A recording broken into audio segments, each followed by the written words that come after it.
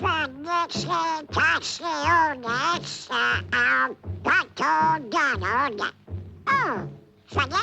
śledź tu Donald Duck. Donald's birthday, Friday the 13th, from his friends and Latin America. Oh boy, oh boy, oh boy. What a innocent surprise. Whoops. Oh, no. Isn't that wonderful? Which one should I open first? My mama told me to take this one. I wonder what's in it. Oh boy! Oh movies! Just what I wanted! Wow! The door. A little penguin. Oh, what a cute little fellow.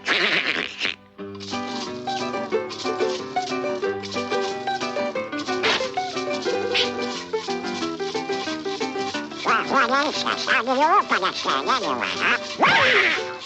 Good, I'm good, I tell you. Oh, look at you!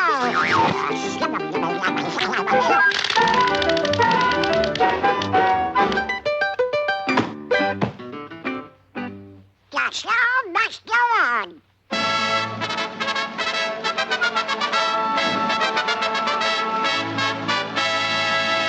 Aves raras. Aves raras? Si, senor. That means strange birds. Oh, sure. I know. Birds. Yes, amigo, your feathered cousins. You know, Donald, you have more relatives here than there are coffee beans in Brazil. For instance, take the one who lives way down. Ah, but suppose we let my friend, Professor Holloway, tell us about it. From the beginning to... Elfin, the end. Yes, thank you. Professor? This story takes us way down to the South Pole. Rather than have you stand on your heads, let's turn the theater over. There, that's better.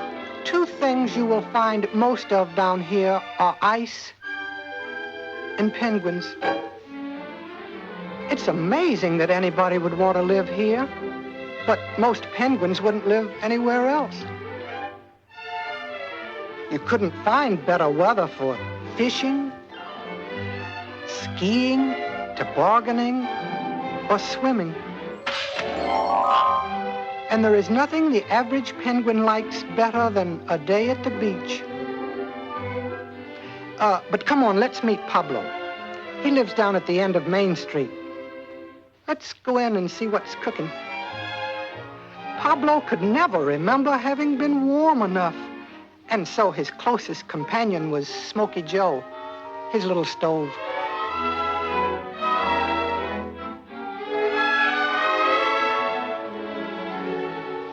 Between chills, Pablo had one burning desire to spend the rest of his life on some tropical shore.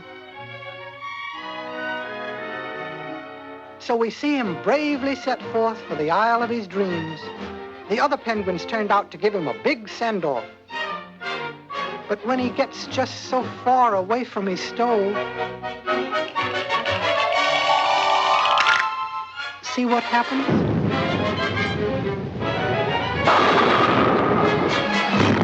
Too bad. Perhaps he'll give up this wild idea. But no, he's off to another stop. This time he's bringing a friend. Uh-oh. Uh-oh. Uh-oh. Oh, oh, oh, oh, oh, oh.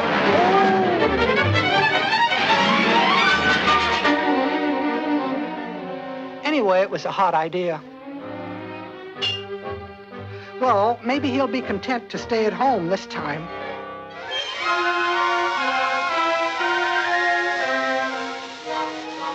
But no, there he goes, hot-footing it to the land of the sun. By now, the farewell committee has been reduced to 2.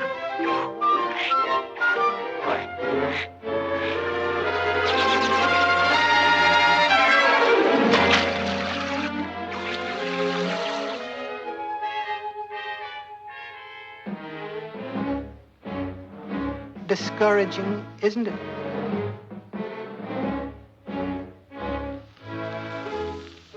Suddenly, Pablo got one of those ideas that change a person's whole life. A boat. But where would he get a boat? Just watch.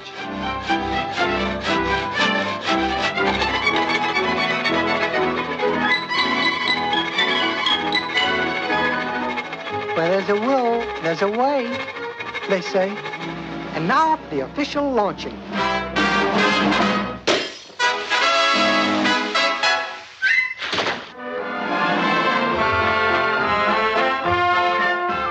Day after day, the south wind carried him north. One day, a blanket of fog rolled in, and it was so thick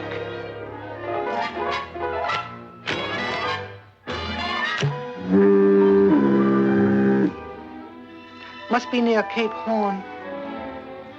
As the fog lifted, he found himself headed straight through the Straits of Magellan and northward along Chile's rocky coast.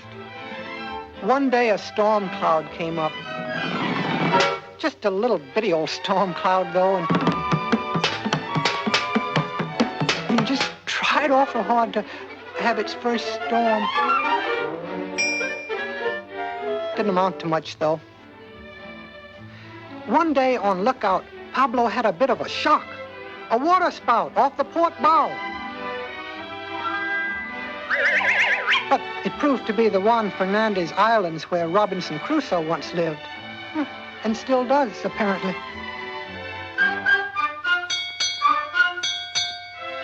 Four bells and all's well.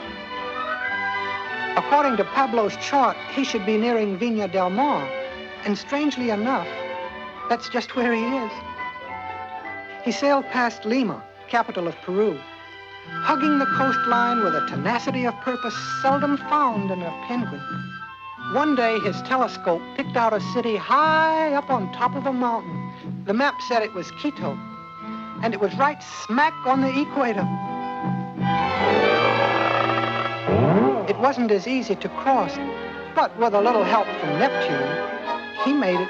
So, making a left turn, he followed the equator, headed for the Galapagos Islands. Ah, that good old sun. Pablo felt that he'd never get enough of it.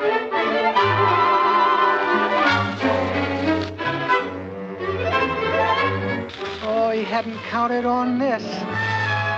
Things looked pretty bad. Help! Man the pumps, she's sprung the leak. Pipe all hands on deck. Do things, get going, take to the lifeboats, abandon ship, unruffle the mizzenmast and man the poops, and, well, don't just stand there, get going, swab the decks, and heavens.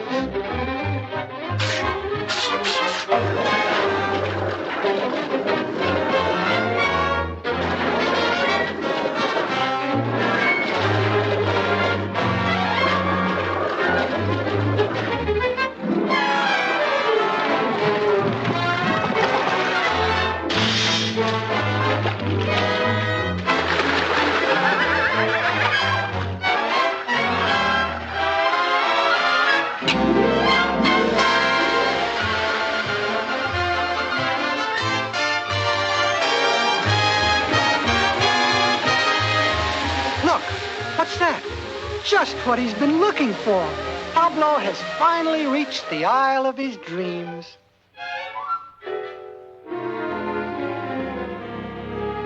And so, as the warm tropical sun sinks slowly in the west, we leave little Pablo, a bird in paradise, a picture of health in his new coat of tan. He should be the happiest penguin in the world. Only sometimes he gets to thinking...